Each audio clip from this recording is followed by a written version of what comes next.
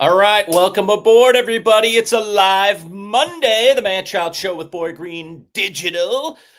Feel free to join along. Don't forget to like and subscribe and do all those wonderful things that you do on the web to promote our little product here. We are back for another live show here on a Monday and a lot to get to. Recapping some of the stuff over the weekend. We're going to talk a little about the Open Championship one last time, Boy Green, just to satisfy that golf urge that a few people out there in the audience might have. Probably not the majority, but a few. And by the way, congratulations, Boy Green, winner of the fantasy draft for the Open Championship. We'll get into a discussion about that in a little bit. Jamie already chiming in that what are we going to do? What are we going to do now? Oh, we're going to tie.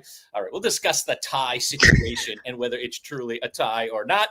But Boeheim's Army in action over the weekend. Got to look at the old boys and some new people, some new faces, some non-Syracuse alum on this team, coached by Alan Griffin, AG, getting his first chance to be a head coach. Very interesting stuff there. I'm very confused by that still. Yeah, me too. I want to get into a topic. I don't know if we'll be able to fully vet it today, Boy Green, but I do want to talk about it, at least start dipping my toe in the pond. Maybe this is over the course of several shows.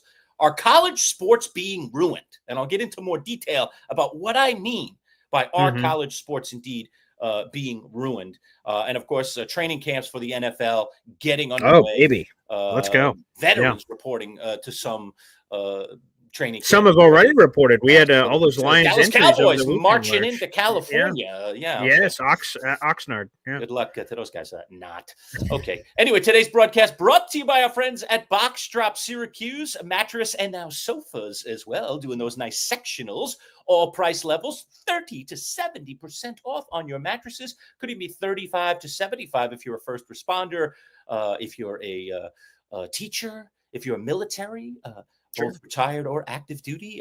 So go see our friends at Box Drop Syracuse today. You'll see them pop up on occasion in the upper right-hand corner, and we'll run a little commercial for them a little bit later on so you can learn a little bit more about how to get a hold of our friends at Box Drop. Saving you money on mattresses and sofas. That's all we know, is that they're saving you a ton of money, and that's why we love these people. All right, Boy Green, let's start with the Open Championship and get it out of the way. Like I said, you did pick Scottie Scheffler. You had the number one overall pick in the draft. I'm not shocked or surprised that you took Scottie Scheffler. I was saying it to you over the weekend. I think this guy is a cyborg. I no longer think he's a human. He is the Russian from Rocky IV. He is, Clubber Lang before Rocky figured out that, he could beat him. He's some kind of cyborg guy, because everything that he does in the world of golf is just a step or two better than every other great golfer in the world. And it's wonderful to watch and hard to watch, depending on which side of the argument you're on. Well, first off,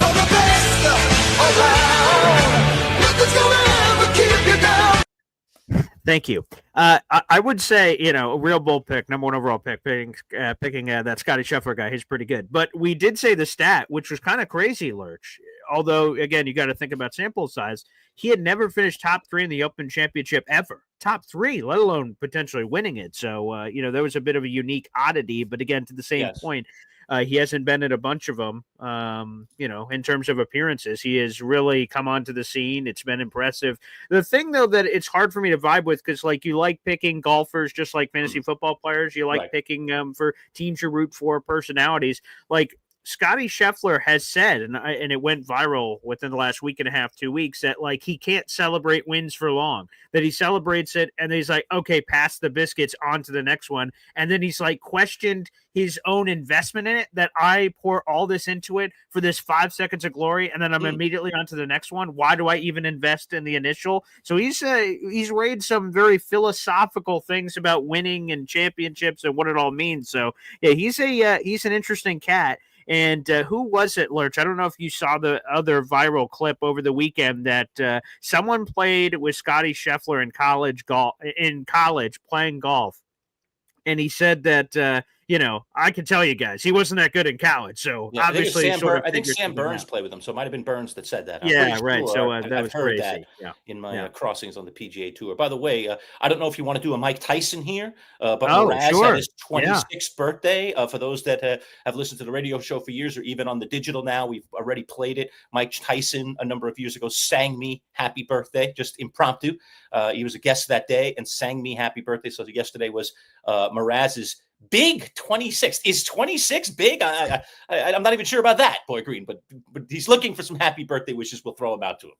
Well, number one, first off, you're the more birthday expert, so you would give us the expertise on whether that 26 is a milestone or not. But hey, Mr. Famous Fulton, just close your eyes and just reinsert the name of Mr. Fulton instead of Manchild here. Okay, here we go. Happy birthday, Manchild. You made my birthday, Mike. Happy birthday to you. Happy birthday, dear Manchild. Happy birthday to you. How old are you, man? How old are you now? How old are you now? You are old son of a gun, but you are old.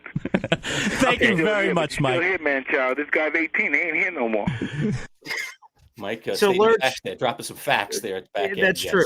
But since we're back in this, just like what went so you have Iron Mike Tyson, you have him on your birthday, you tell him, and then he ends up doing the bit. And sometimes, Lerch, we don't know what goes viral until it goes viral. Sometimes it's a surprising thing. We're on the radio, we're doing a funny bit, and then people just bring something up to you, like, wow, okay, I didn't think it was that big in the moment.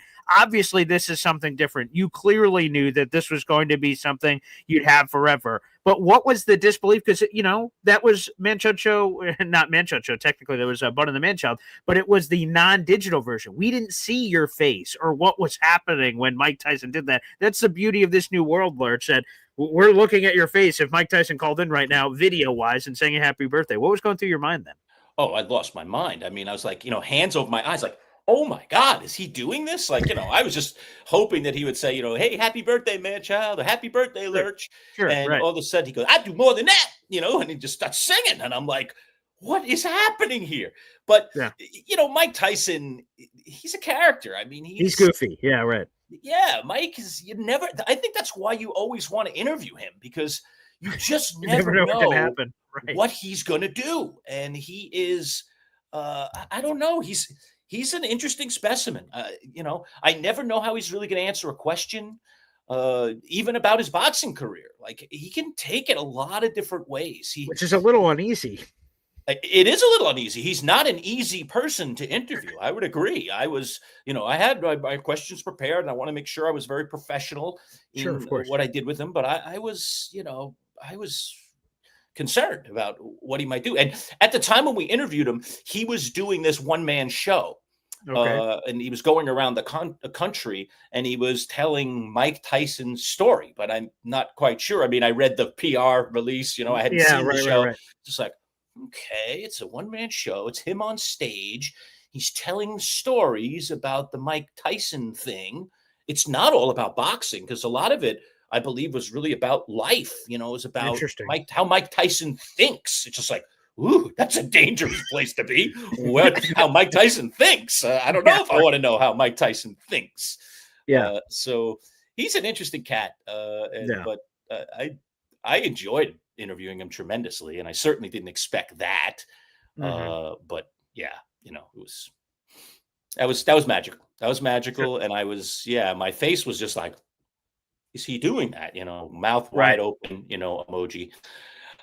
So hopefully that was equally magical to you, Mr. Fulton, you getting a sort of quasi happy birthday wish from Iron Mike Tyson. Yeah. Hopefully I forget who was were you producing at that time? No. This predates me. I wish I could remember who was producing. Ty Doyle, I would assume. It might have been Ty or Ryan Leaf. Could have been Ryan, maybe. Actually, I think it was that pocket, because it would just miss me. It may have been, if I had to think about it, probably 2013, 2014, maybe even a little earlier. But I remember whoever the producer was, that was the end of the interview. Usually at the end of an interview, we'd go out to break. And we went out to break, and the producer came in and he goes, "Did that just happen?" I was like, yeah, what in the world? Oh, my goodness, Yeah. And I said, get that. Go get that audio right now. I got to have that, And now we have it forever. That's so cool. Yeah, that's going to be just a fun, trippy thing to get into. So, yeah. All right. Back to the Open Championship here just for a little bit, Boy Green. Number one, what I'm really amazed at, what's that? Not only that we picked a winner, and not that it was hard to pick Scottie Scheffler, but, if I had the number one pick, I'm sure I would have taken him too, was listen to how we performed. Me, you, and Jim Roy have done this for a long time. This is definitely, and because I don't have the stats, I don't keep stats on this stuff, but I look over stuff after every major to see how we did and how many Mhm. guys made the cut, and so on and so forth. So we pick 9 guys. Okay, we're Yeah. going to pick, certainly 3 or 4 of the top guys. We're going to pick guys Probably, near the top right. of the food chain because we're trying to win. And, Yes. Vegas knows who's playing well. Vegas knows who has the best chance. Vegas looks at the course and the conditions and everything and performance and, puts it all in the blender. I mean, Scottie Scheffler was the favorite despite his only 3 times playing overseas and not being incredibly successful. But they all had the vibe. This guy's playing a little bit better than everyone else, and it's probably not going Right. to matter. And it showed. Yeah. Yeah. And I certainly no shock that Jim, who picked number 2, took Rory McIlroy. I mean, he's the hometown kid. He's also been Yes. playing very well. He just Right. completed the career slam. It feels like the weight is off his shoulders a little bit. He should be free, and he's playing a course that's an hour from where he grew up. That's cool. I mean, I thought it was Hollywood, but I guess it's Hollywood. Oh, is that how it's? Oh, I didn't know that. Yeah, Okay. I heard somebody on the broadcast. I was like, Hollywood, like the Hollywood. It's spelled with only one L. It's HOLYWO. Right, which I would assume is holy. Yeah. Right. Yeah. So, but Yeah, I don't know. I okay. heard them say Holly. So, but regardless, he's the hometown guy all the way. You heard the roars if you watched any of the Open Championship, Yes. following McIlroy 10, 15 deep. It was like Tiger Woods in the old days where you couldn't even barely see the top of his head if you went to a tournament, even in the Yeah. fairways, because people were just lined up deep. And so you're just looking over people to try and get the look at his club coming over his head and then hear the, Mhm. you don't get to see anything, Yeah. and then you just hear a roar up by the green and you're like, whoa, wow, okay, I guess he hit a good shot. So Mhm. that's what it was kind of like with Rory. So no surprise there. But okay, but not all of the guys we're going to pick are going to be, in the very top. And even some of the guys that are in the top outside of the real contenders, really high contenders, some of them are not going to have a good week. I mean, this is just Right, they can golf, blow it, for the sure, of course, doesn't right. play to their conditions. They have one bad round, so on and so forth. This is the best performance that the 3 of us have ever had in a major. Together. All Oh, together, wow. right? Okay. All together. Wow. I'm very proud of this, actually, for the 3 of us. Okay. Number 1, all 9 of our guys made the cut. Half Wow. the field doesn't That make the never cut. Only happens. 70 guys made the cut out of like 150 golfers or some Yeah. I think it was close to 150 that was in the Open Championship. So all of our guys make the cut. Wow. That's highly unusual. Quite. Because somebody's bad to have a bad first or second round, not make the cut. It just happens. Mhm. So all of our guys make the cut. Second stat, none of our guys, none of the 9, finished over par. As a matter of fact, our worst guy, Oh, which was wow. Jordan Spieth, my guy, Yes. finished at -2, followed very closely by John Rahm, who I think was -3. So Oh, wow. Okay. all of our guys finished under par in a major. This is not Mm. easy. Okay. That's second amazing stat. And then look at this. We have 1, 2, 3, 4, 5 guys Mhm. in the top 10 and really in the top 7 because 3 of them were tied for 7th place. But Yeah, look right. at everybody that's involved in there and say Yeah. they were in the top 9, I should say, not even the top 9, the top 9. We had 5 of the top 9 guys. Wow. Scheffler obviously won at -17, Fitzpatrick -11, McIntyre at -10, Schauffele at -10, McIlroy at -10. Yikes. Double-digit under par, 5 of our golfers out of 9 picks. We only had 9 picks. That's true. And then the others, nothing to sneeze about. Tommy Fleetwood had a really nice weekend, came back after a terrible 73 in the first round and shot 7 under par. Fantastic. Tyrrell Hatton finished at 7 under par. And then we go down to Rahm and Spieth, who were -3 and -2, respectively. Really incredible performance by us, picking 9 players in a little fantasy snake draft, and all There we 9 guys go. make the cuts, and you heard the rest of the stats. Pretty amazing stuff. Look, it Some was patting a on the fun, back there. it was a fun thing. I don't know if you watch much, but I know you're not a golf nut. I'm kind of. I tuned in and out. Yeah. What I love about it is number one, that tournament, that particular tournament. Yes. Is number one, the age, and they play at these courses. I mean, this is on the northern tip of Ireland, in Northern Ireland, on the Atlantic. And you said this only the Ocean. second time? Yeah, Is it's that only right? the second time. They had it once in 1950 something, 51, I think. And Wow. this is the third time. They had a 51, 2019, and now this time. All right, so this is the Real third. quick question, Third. just a quick detour. How does the rotation work? Why is this only the third Yeah. time in like a cajillion years? Because I'll try to explain it as best I can. I don't know all the Okay. little nuances and all the little rules, but this is decided by the Royal and Ancient, or as they call them, the RNA. And the RNA basically has a rotation of courses, but they take courses sometimes in and out of the rotation. Oh, there are okay. always the steadies. Like St. Andrews is permanently in the rotation, and I don't know how often it is, but I'm going to say somewhere in the neighborhood of between 5 and every 5 and 10 years, St. Andrews is getting an Open championship. Okay. They call it the birthplace of golf for a reason. If you've ever been lucky enough to go over there, it is a spectacle. I still have not. I have a friend who's been over there 3 times. I golfed with the guy last week, my good buddy Dick. What a show And off. I said, how many times have you been over? I thought he'd been over at least twice. He's like, 3 times. I'm like, 3 times? I was like, tell me some of the courses you played. And he's just listing them, Name dropping. Well, I played here. I played, now he hasn't done Ireland yet, so he had not been to Portrush. But St. Andrews, the new and the old course, Carnoustie, he's just dropping they're all open venues. I'm like, good grief, you've played all those courses. So one is just the history, because really that's where the game began. And if you care about golf in any way, shape, or form, you have to always respect the sport's history, right? Of course. No matter what sport it is, you got to respect the sport's history. Yes. So I love it for that. And then the look, it's just a different look. It played so well on television. I mean, I have the big screen, like a lot of people, the big flat screen. I have OLED. So like I really can get into the pixelation there, very fancy. Oh, wow. And it's just like you put it on the big screen. You're like, oh, this is gorgeous. Look at this. Look at the green. Look at the sand traps. It's so pretty. So I just love the beauty of it. And then to see these guys striping shot after shot after shot, the shots that they make are shots that we make in our dreams. If we make one of those shots every 5 years, if you're a decent golfer, you've done a good thing. You've done good work. I'm just blown away by their skill. It's incredible, their skill. And Scheffler, and I'm blown away by our skill, Lerch. Look at all of us getting all those golfers, in the top 7. That's our skill, baby. Nice. Yeah. Jamie just throwing down all kinds of shade here at the Manchild. What do you want today? I used to like it better when he called in the show and I could hang up on him. Yeah. Now that he's just sort of present in the digital So here's all world. the things he's pressing for today. Let's see. Boy Green ties the Manchild in season golf showdown. This is he correct. wants us to have a showdown at mini golf. Fairmont Garden mini golf. Okay. All right. Second one here, Boy Green King of Golf. That makes sense. Sure, and then lastly, tracks. A Boy Green King of all sports. Now I wouldn't argue with that. Level. He's just trying to tweak and annoy me, is what he's trying to do, and it's working because I'm getting annoyed and I'm getting tweaked. We did have a true tie last year between Jim Roy and myself, because we each picked the winner of 2 majors, which we had never done before in a season. Picked all 4 majors winners. And just we did pretty well again this year. 3 out of 4, not bad. We did.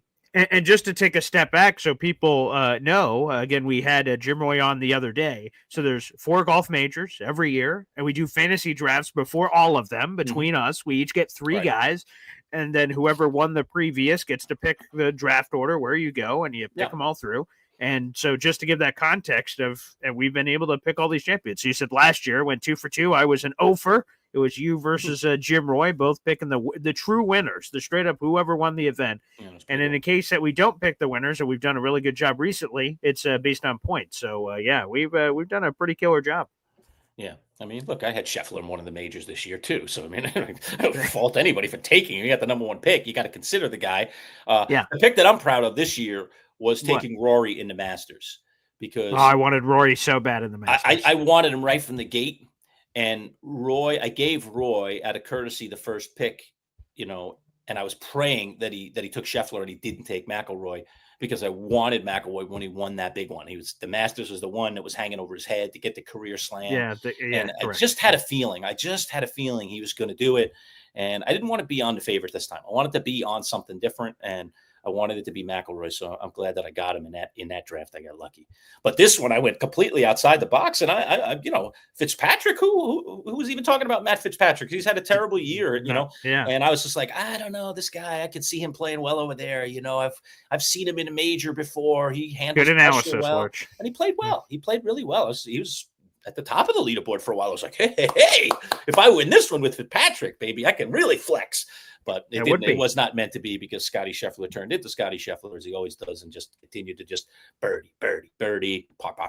The guy just doesn't make mistakes.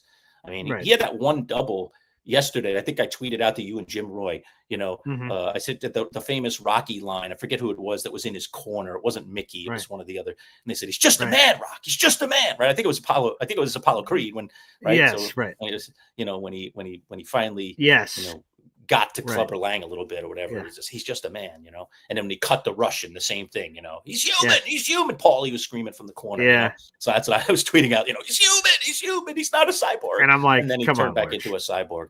Yeah. He had such a lead. It's just that guy doesn't blow leads. As a matter of fact, I think he's now either 4 for 4 or 5 for 5 when he's has a 54-hole lead. So yeah, he doesn't I lose. saw that stat. He doesn't lose when he has a lead. So look at. So Lurch, you're so long story short, you're right. Last year you tied with Jim Roy. This year you tie with me. So how do we settle the tiebreaker? I hear there's a mini golf out there in the universe, and I love mini golf. That could be an option. Again, cornhole is another option because Lurch did the play-by-play. It's one of our most viral YouTube short videos of the play-by-play of apparently my questionable form in cornhole. Well, you were injured. I will give you credit. You were injured, Thank but you. it just made for even more interesting, commentary there. So you know me, I do play-by-play to everything. Of course, that's what I do. So that was fun. I'll do more of that in the future if we have anything. Please do. That was wildly entertaining. So that was good. So obviously mini golf is a lot of fun, but to redeem myself in cornhole for some epic championship tiebreaker, that would be another grand possibility. Yeah. Okay. Well, look, you could do whatever you want. You want to play me in mini golf. You want to play me in anything. I'll play you. Oh, so you're up for any tiebreaker situation? Cornhole. I'm not saying I wouldn't play you in cornhole. I literally played my first game of cornhole that I played with you guys in Pittsburgh. That might have been the first game of cornhole I played in 10 years. Like 10 years. I don't have boards. I don't just seem to run into anybody that's a regular cornholer. So for whatever reason, just life. It's not that I don't like cornhole, but I'm just haven't been in situations. And how'd you perform? Refresh us. How did you think you performed in cornhole after? Considering I haven't played in 10 years, I thought I played well. Okay, that's what I thought too, but I didn't want to mispaint the situation. So but that's not really your bag. Cornhole guys. I mean, I played against cornhole guys. It's like bang, bang, boom, it's boom, in the hole. I'm like, how do they do that? Like, you watch the pro, they have the leagues, the pro leagues. Oh, yeah. It's professional like cornhole. If they miss the hole, they have done great work. We get a couple on the board. We're like, yeah. These guys, they missed the hole. They don't get standards. The standards are so different. It's kind of like so the great golfers versus the Manchild. Like, I'll be out of my golf league tonight. Tonight's golf league night. Yes, of course. And, and I have expectations, but those expectations, are not going to be what I saw over the weekend. That's for sure. So if you had your druthers, you would much rather be a mini golf competition versus cornhole. Probably. I mean, I'm probably a little more comfortable in mini golf than I am in cornhole. Although I'm becoming pretty mini golf deprived because I played a lot when my son was here. Naturally, right? But now my son is down in Queens and is a working man. He's no longer a kid anymore. Out of college and doing great. And so he was my mini golf partner. So. My wife doesn't really play unless I force her out there. I mean, she enjoys it, but she's never going to ask me, "Hey, let's go play mini golf." It's going to be me. That's saying, too bad. Hey, you want to? It's a nice night. You want to go out and play? Hey, by the way, it would be a great night tonight in Central New York because it's like 72 and sunny. Beautiful. I'll take it. Humidity. Yeah. I walked out on the back deck today. They're going to do a couple broadcasts from the deck. Please do. Before it gets too late. Take advantage. I'll carry all my gear down there, but I think we could pull it off. And I'd love to do some from the deck because it's just I should have done it today. Today's the day to do it. It's like 72, a little light breeze. It's going to be a gorgeous day here in Central New York. So I hope everybody that's watching is having nice weather wherever the heck they are. But a gorgeous night. All right. So I don't want to bore people to death with the Open Championship, but I enjoyed it. But the final round was a bit of a bore because Cyborg Scheffler took over. And it really wasn't anything to watch down the stretch. We like to see the struggle. Competitive. And the struggle wasn't there. What I was still able to enjoy, though, was just to look at that course. A course in Northern Ireland in this little seaside town that probably no one would ever visit other than to go see that golf course unless you are from Ireland and, maybe it's a place you vacation or something. But gorgeous. It just showed so well. And the age of Europe, the age of European countries, we don't, until you go over there, you don't appreciate it. You think we're old. We're not old. We don't have a building on this whole United States of America that's old. We might call it old, but it's not old. Over there, they've got things that are thousands of years old. They had that castle they were showing, that castles, broken down castle that was atop the cliff there. I forget what it was called. As a matter of fact, it's the same name as the course actually they played on. It has the same Okay. Duluth, something like that. Duluth Castle, I think that's what it is. Okay. And it's it's only the walls pretty much of the castle now because it's eroded. But I mean, I think it was like 1,000 years old or something. So, crazy, like crazy stuff. Yeah. We don't know old. We don't know old in the U.S. at all. Okay. So anyway, enough of picking on the U.S. I still love our great country. All right, Lurch, so let me just work this one in. I've got a Yes, go random ahead. one here. Okay. I want to be a man of my word. We were supposed to do this on a different live show, but you brought it up when we talked about the Bret Michaels story, which now is currently covered by my new Jets, insert there. It's hanging over the photo, so we'll work on that behind the scenes. But long story short, I took my father to a surprise Father's Day trip. Bret Michaels, we went. I'm only a Bret Michaels fan because of him, so I'm fast forwarding through the story a bit. Yeah. And we got to meet him. We won meet and greet things through a wonderful thing through the casino down there in Pennsylvania, horse race, Penn National Horse Race. It was awesome. And me and my dad now have this memory forever. But me and my dad were hubba in front of Bret Michaels because he's Bret frickin' Michaels. So the question was from the fans last week, and I wanted to bring it here. Who is the musician, or if there's another dignitary that makes you go hubbada? Because, it's unique for us, Lerch, and more so for you. You've done it longer than me. You were in TV, but we're around, and I don't mean this as a flex, but we're around celebrity people. Like, that happens. I can't go hubbada when I'm in an NFL locker room. I'll get tossed out. You have to be a professional. So we've been around celebrity people before, but there's still that one pluck of the heartstring that can be a hubbada person. Who is that for you? Either someone you've actually met or would be if you were in their presence. Yeah, I was thinking about this a lot since we posed that the other day. Yeah. Since we were talking about the music scene, I'll start with music. Okay. While I probably would be hubbada if I was ever in the presence of, say, a Jimmy Page from Led Zeppelin, their lead guitarist, Nice. Right. or Sure. Robert Plant, their lead singer. I'm sure I'd be hubbada there. But I would think just more in my time and music that I've enjoyed in my lifetime. And for any of you that haven't, by the way, I just finished part 1.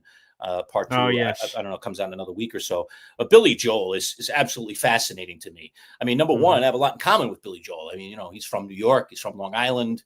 I'm from Queens. Now my family all lives in Long Island. Sure. He has that New Yorkie thing about him that I really like and can relate to because, that's where I grew up. That's where I kind of, my values were entrenched in that, madness of a city, that fast pace. That's probably why I talk so fast sometimes. Because I sometimes say to my students, I'm sorry if I talk a little fast sometimes, if I get a little ahead, or you're not quite getting it, just raise your hand and ask me to It's a New slow Yorker down. thing. It's just right. It's just the pace of life down there. I always tell the story. Another story I tell to my students all the time is that when I started to do television, because I started in television out of college, as you know, I had to learn to talk at this pace that I'm talking to you at right now. Right. Being this Just much slow more that like car kind down. of cool, calculated, let me make my point. Very meticulous. By, by emphasizing this one little thing, it was word emphasis and maybe tilt of head and simple little cues to create texture to what I was saying in television. But I could not be like this. I could not be the man-child. I could not be the radio crazy man-child because on television, you look like a raving lunatic, which when I first started doing television is exactly the way I appeared. I was like, oh my goodness. I like talk out of the side of my mouth sometimes. And I'm, I wave my hands all over the place and I'm like the audience was like, what did he say? He went so fast. Yeah. Very aggressive. Right. Yeah. So I had to learn in television to bring it down. Bring it down to this kind of level of the tone, just me and you talking delivery today, Green, about the championship and how great it is. All right, so I had to change how I presented material in television. So anyway, we were on this whole thing of Billy Joel. You said that you guys have a lot in common. So I just watched part 1 of the Billy Joel documentary. It's fantastic. And I didn't know a lot of this stuff about Billy Joel and Billy Joel's that's always good when you watch those. Yeah, it was just like, what? Really? Right? I didn't know that. I didn't know. It's just a lot of I didn't know that. Maybe I should know more about Billy Joel. He's, arguably, I love singer-songwriters. And I also do love Okay. piano. I always wanted to play the piano. I played bass guitar. I played other instruments in a Oh, concert a band. pianist. But I've yeah. always wanted to be a pianist, and I've tried, but it's not in my hands. Billy Joel's, there's something in his hands and his brain that just allows him to go all over that keyboard, and you're like, what is he doing? How's he On gonna do that? Netflix, Lerch, the quarterback series, Joe Burrow is teaching himself how to play piano. They had a scene about that in the quarterback series that came out on Netflix, season 2. I could play chopsticks like anybody else, Yeah. but I mean, come on. I mean, it's not playing piano. Sure. So yeah, I once learned how to play the Pink Panther. Dun-dun, dun-dun, dun-dun, dun-dun, dun-dun. I mean, that's me and the piano, So no, but because piano transports, keyboard transports anywhere. All you need is a piano and your voice if you can sing, and you're your own band. You can do something in front of a crowd and be impressive. Well, who was that? Dennis DeYoung? Was he the one that was playing the piano during the pandemic? Dennis DeYoung. Yes, from Styx. Yeah, there you go. So he obviously completely. Now he was in Styx. He was usually. Well, actually, no. We were looking at old He Styx did videos. piano. Actually, he was playing a piano. So yeah, because he was their lead pianist and their lead singer in the band Styx. Double dip. So yeah, but piano. So those two. So Billy Joel, I think, would be be number one in terms of the kind of guy, And I'm sure I would have fascinating conversations with him because I'm just so intrigued by how he wrote his music, how he came up with stuff, Right. And he tells a lot of that story. They have the Billy Joel channel on Sirius XM, and he unleashes a lot of those stories on that. And cool. And certainly it was very cool in the documentary the way they presented it, because he would be in a situation, living in a particular place or in a relationship, and then they'd go to the song that was about that, and he would talk about it. It's really, really, I love the way they've layered it, so that that's what he was talking about. And when you see it in action beforehand, and then you hear the finished product, Billy was talking about that. That's what he was talking about. It made so much more sense. And that's what great musicians do, right? That's what great songwriters do is they find deep passion in the things that they see or in the experiences that they have in their own life, and they write from this place. And it's, and that's what makes it. And then I guess the final piece is not only writing from your place, but is it something that others can connect to? And Billy Joel's just really good at that. He's just okay. Really, so Billy really Joel is on this list. Let me ask you this: Billy Joel, is there? Okay.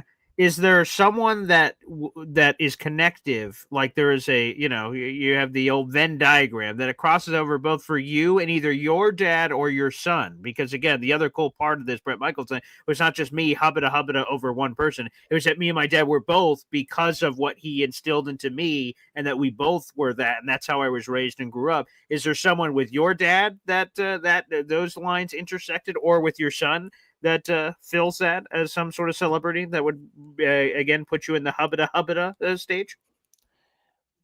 Boy, I can't think of anyone with my son. My son is so is so introverted and quiet. Maybe as he did you impart anything on him? Like you just blasted Billy Joel or whoever in the maybe car? He's gonna, maybe. He's maybe there'll be a coming back. Okay, yeah. Maybe. I mean, I wish I could tell you the things oftentimes that my son loves, but he's so guarded. He's a very, very guarded, quiet person. It's very hard to get him to speak of himself. It's the complete opposite of me. I could tell you anything about my life. I stubbed my toe this morning. I'd be like, Boy Green, I got this disgusting thing on my foot. I'll tell you the whole story. You're like, all right, I really didn't need to hear that. That's me. So you'll give the full play-by-play, but your son I'll give you everything. I'll give you the gory guts, everything you didn't want to hear, and then pictures, video, sure. Yeah, I'm the guy that Bud asks when I walk into the studio, "How are you today?" And I say, "Well, to be honest actually, as a matter of fact, 4 things happened to me on the way in that I need to talk to someone about. I might as well let it be you since you asked that question." And Bud at the end of it is like, "I just thought you were going to say good, and then keep moving along." Yeah, just put on the blinders and go. That was always Bud's mantra, which was hilarious. So my son is the exact opposite. He'll give you nothing. Now, if you dig, he'll talk. It's not like he hides from you, but you got to pull it out of him. So. And there you go. So we have Brandon Badshaw in here, and he says, "I want to take my dad to a Pat Benatar." Pat Benatar is awesome. Yeah, I saw her many times when I was younger. Pat Benatar is awesome. So and I know she's out there touring again with her. I don't know. I guess they're still married. Neil Giraldo, who was the guitar player, they were married. I don't know if they're still married. I don't know about They're still connected. They're still together doing these concerts. Yeah, I have seen Pat before. She was not the main thing I was going for. She was just with the rest of them. But yeah, I have seen Pat live. She's great. At the the high point of Northern Lights, my old band from years ago, Right. all right? We'll Yeah. get into some band talk today. Sure. We were probably playing 4 or 5, maybe 5 songs, Pat Benatar songs. So we were into 5? Pat Benatar. Pat Benatar. Yeah. Wow. Hell is Okay. for Children, Promises in the Dark, Hit Me with Your Okay. Best Shot. We played that forever. Yeah. We were at one point 5 Okay. Benatar songs were in Wow. the rotation. That's pretty good. So Okay, that's we deep. were heavy into Pat Benatar. So I like her music a lot. So- And that So was- keep that those was coming, cool. everybody. If you're watching live or you're watching after the fact, because we'll Yeah. try to interact with some of your comments after. Again, here's the whole shtick. Is who is a celebrity that either makes you go goo goo gaga, or if there's a connective tissue with either you and your father or you and your children, if you have children, like what is the connective tissue that would make both of you go goo goo gaga for, and you wouldn't know what to say, you'd get nervous or what have you. And again, for me, it was Bret Michaels, me and my dad. He always played Bret Michaels and Poison in the car. And then when I had the opportunity to twist on Father's Day, he would always pay for us. We'd pick something to do, football activity, UFC, whatever. He'd pick it, he'd pay for it, he'd organize everything. But this year, for the first time ever, I picked it. I organized it. I paid for it. He had no idea what he was doing. We all brought him there, and it was this big Bret Michaels thing. It was one of the coolest things ever. So we'd love to see what some of your guys are. Thank you, Bad Shot, for that one. And anyone else, make sure you guys put that in the comment section. Yeah. But, my dad, music was, not big in his life, at least that I'm aware of. Sure. He didn't listen to a lot of music. I never went to a concert with him, not a single concert with my dad. Wow. No. Yeah. But my dad, you got to understand my family and the way my family, we were a working middle-class family. Both mom and dad worked. We needed for them both to work to pay the bills. Sure. And my dad was just a working stiff. He was in the electrical supply business his whole life. Like, he just grinded. He was a grinder. So he didn't have a lot of time for concerts and stuff. And that's not what he spent his weekend doing. Like, I was trying to think, like, what did my dad do on the weekends? Well, yeah, right. That's what I was going to say. Biggest He thing didn't is work he 7 watched days sports, a week. which is Yeah, so right. he had a tremendous influence on me, because what my dad left me is sports. He obviously. loved to watch Look the at- Mets, and he loved to watch the Giants, and he loved to watch the New York teams. So sports is what my dad left me, not music. Music was not my dad at all. My mom was more musical than my dad. I've told you a million times. We've shared it in our radio past with our listeners. I'll share it here in the digital world. My mom on Sunday mornings would clean the house. That was house cleaning day. So when she would do the big clean, she was always cleaning the house, but she did the big clean on Sunday mornings. And it started at around 8-ish in the morning, where mom would put one of her 33s, or albums, as we call them, all right, on the turntable. And play the music that she loved. And she loved things like Sinatra, Paul Anka, Engelbert Humperdinck, right? And that special attachment I have to the song After the Lovin' by Engelbert Humperdinck, a song that I was asked to sing. I was lead singer on in the only wedding band I was ever in, which lasted for me 6 months. And I just I cannot do this. I can't sell out. I can't do it. What a gig. You could not be Adam Sandler. To the wedding world. I thought this was going to be singer. great. I'm finally going to make money playing music. Yeah, sure. And then I was lead singing for Engelbert Humperdinck's After the Lovin'. So I sang you to sleep after the lovin'. I mean, imagine the Manchild. It was just so cheesy. I was so shout out to this whoever is pure cheese. I can't do this. I can't do it. So shout out to whoever that was in the 6 months that got married, with you being their lead band or music of choice that they remember fondly on the VHS tape. Seriously, I remember, I know it was only 6 months, but we also did wedding showcases to get our weddings. I probably in the 6 months, by the time I got integrated into the band, learned the songs, I probably played about 7 weddings, maybe, Boy Green. That was it. My entire wedding career was 7 weddings, but probably at least a dozen what they call showcases. And showcases where there's 5 bands or 3 bands that show up, and future bride and grooms are invited, and they have it, and it's at one of the halls. Oh, like a meet and greet. Yeah, more than a meet and greet. They have a flower person. They have an invitation person. They have the food person for that venue. All right. And then they would have DJs and bands. And we would actually perform for about 8 or 9 minutes. We do a medley of something. Okay. Oh, okay. We put together 5 songs into a little 7-minute medley and just mash jam it out, up. Yeah, right? yeah. Yep. And they'd have a chance to listen to a few bands, and maybe we'd get chosen to be that weddings band. Oh, I That's- see what you're saying So now. Now I guess they gotcha. still do I wedding gotcha. showcases. I don't know Like if they do auditions, showcases anymore, yes, but it was called a essentially, wedding right. showcase. And it Okay. included all those things, including the band. So we'd get invited to these things because we were an active wedding band. And they'd say, hey, can you do a showcase next Thursday at such and such hall? We'd show up, put in our little tuxedos, show up, Yep. on a weeknight. It was so weird, and we'd play songs. And I just remember not only at those showcases, but at the weddings, when I would sing After the Lovin', and people would be oohing and ahhing, cooing at me. And I was just like, this is weird. This is so weird. Like, what am I doing? Like, this is so not who I am. I got to get out of this. This is creeping me That's out. awesome. So, yeah, it was kind of a crazy, creepy stuff, It's just, Yeah. Listen, I've had an interesting life. I really have. I'm ready for the book, Lerch. Yeah, I'm ready for the book. I have. I mean, we've written the "We Didn't Start the Fire" version of the radio show. That's true. Right? Now it might be time for the book, but I have, I had a lot of great experiences. And by the way, I got to put this out to people because you're going to see it probably sooner rather than later.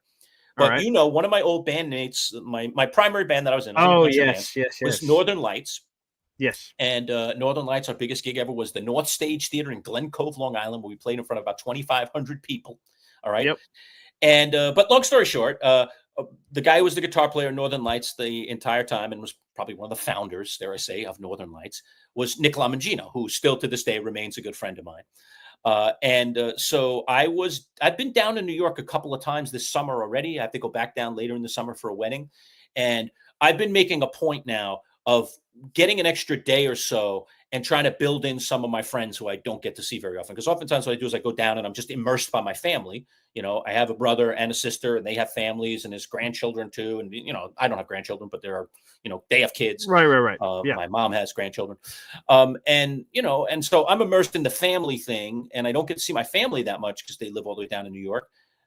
But I never seem to be able to build the time in to see the friends. And lately I've been reconnecting with some of my buddies because I'm like, I got to start making time for my friends. This is bad for me to do this way. Right. So I have been, and the last two trips actually have seen my best friend, Mike Foley. And then I made a point of seeing Nick. So those two guys have been on the high end of my list here. And so I saw Nick and I was talking to him about our digital show and he's a subscriber, by the way. Nick, thank you for subscribing. Hey. You might even be watching or listening today, or we'll watch the replay of our live broadcast here today. Yeah. But Nick Lamangino, really known as Nicky Lamangino back in the days. I don't know if he goes by Nicky anymore. I think he likes Nick. Nick was a while ago, like 5 years ago, something like that. Remember working on a potential theme song for our radio show. Because I had a theme song with Bud Poliquin. If you listen to, I'll play a small piece of it. It's right here. The song was created, written by my ex-father-in-law. Okay, so my ex's dad wrote this on a piano, and I had a local band here in Syracuse create this. Go ahead. Testing 1, 2, 3. Testing 1, 2, 3. Hey, hey, hey! It's Bud and the Manchild. Hey, hey, hey! It's Bud and the Manchild. Hey, hey, hey! It's Bud and the Manchild. Hey, hey, hey! It's Bud and the Manchild. Bringing you the best in sports, talking about the ups and downs. Take it to a higher level, turn up the sound. Hey, hey, hey! Yeah, you can fade it out there. So we use that song every day to come into our show. Me and Bud Poliquin, and like I said, my ex-father-in-law wrote that on a piano. I handed it off to a local musician here in Syracuse, and he did that wonderful job of creating it. And I always wanted a theme song because remember, like a lot of you that are probably in our audience that are some who are from the New York area, I grew up with Mike and the Mad Dog, and they had that little Mike and the Mad Dog, Sports Radio 66 W. Remember the song, right? So I love this theme song. They took sports like it's Saturday again. I'm forgetting the words of it. Mike and the Mad but catchy. Dog. It's original. I always look forward to part of the hearing brand. that. It was like, they're on. Let me check it out. And so I wanted to have a hey, they're on. Let's check it out thing. And so we came up with that song, which ironically, over the years of running into people in public here in Syracuse and Central New York, would be the number one thing that people would say to me if they recognized me or heard my voice and recognized my voice. So remember, I was on television before I was on radio, so people would just recognize me by my face. And they would go, hey, hey, hey, it's, and that was the thing. That was what they always said to me. That was the relatability thing, Did that ever get annoying, Lurch? No, it never did, because I thought that was the good. coolest thing. Like, that's what I would this is assume. exactly what I wanted. I wanted to create something that people would remember. So Nick was going to create a theme song for me and you on the radio because, we're going back 8 years ago where Bud left. Correct. You came in. Right. We did radio together for nearly 8 years.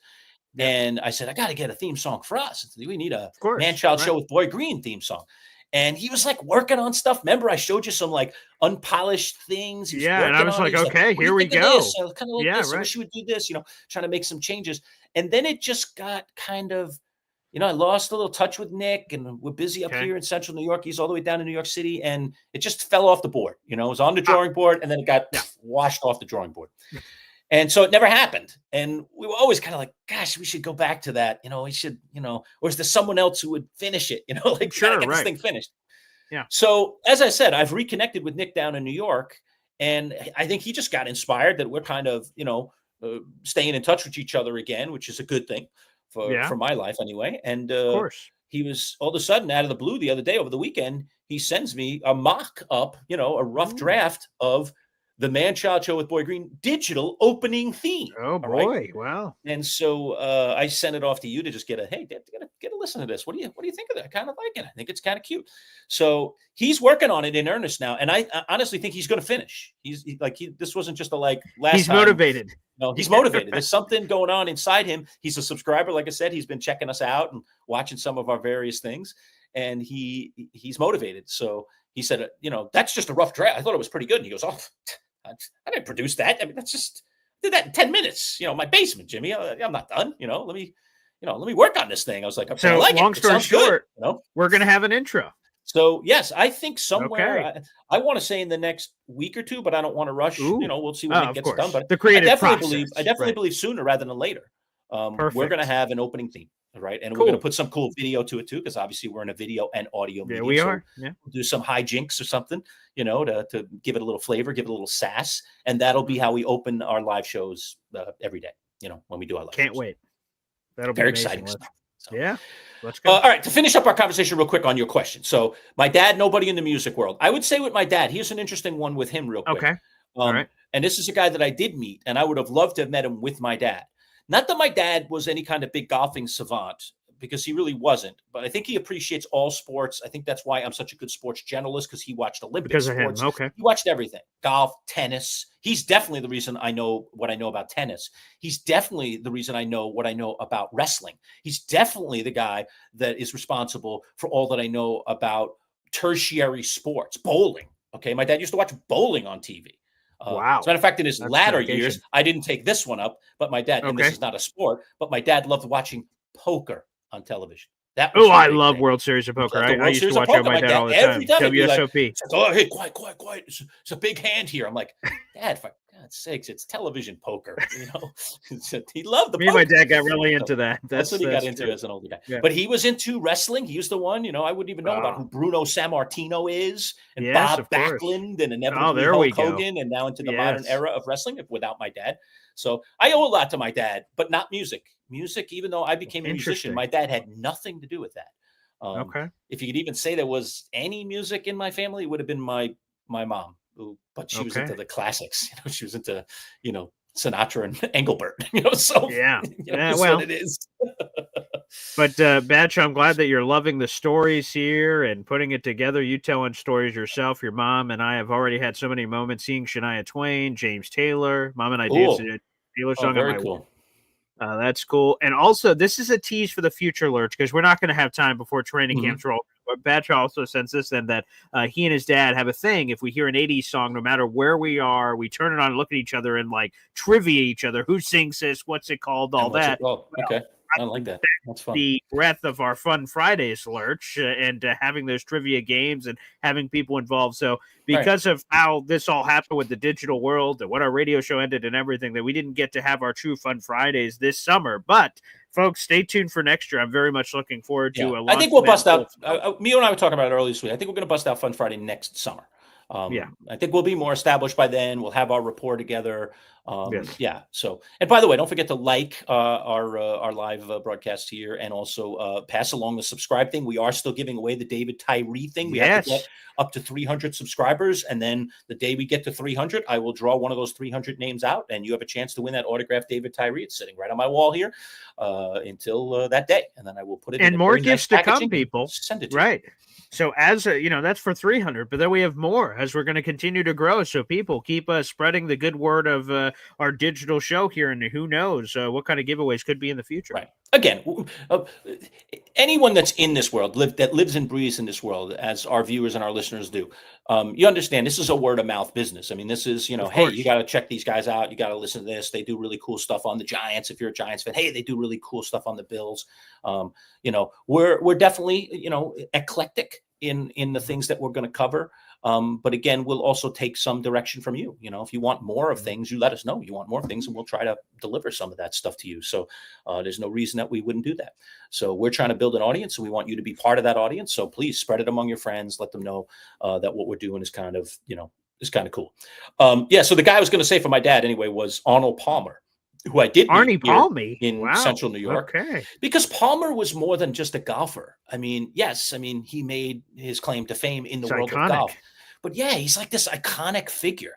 And I got to meet him when he was kind of already like Grandpa Arnie, not when he was like Arnie in his prime. Arnie in his prime was like, attracting the ladies in every direction. Sure. Yeah. Arnie, old man Arnie was more like, let's have a an Arnold Palmer together and sit on a porch and rock in the chairs like, the Otis Saga. Different vibe. Different vibe, Arnie. But Arnold Palmer was just such a welcoming person. I think my dad would have really enjoyed meeting him. I was lucky enough to meet him. I walked some holes with him on a golf course. Oh, wow. That's he cool. was here for an event, and I was Jealous. part of the media. And then I was like, it was like, oh, it's Arnold Palmer. Oh my God, that's Arnold Palmer. And now I'm walking next to him and I'm like chatting with him. And I'm like, Arnold Palmer is chatting with me. Arnold Palmer just said something. He responded that's an out-of-body to my question. Like, it was kind of crazy. So because he was iconic. I mean, he may not be the greatest golfer of all time. He's among the greatest, but he's not the greatest of all time. Clearly the numbers state that it might be a couple of other guys, but he still was cool. Just a cool guy. And kind of like, in some ways, so approachable, which is so unique in the celebrity world and in the sports world. Just so approachable.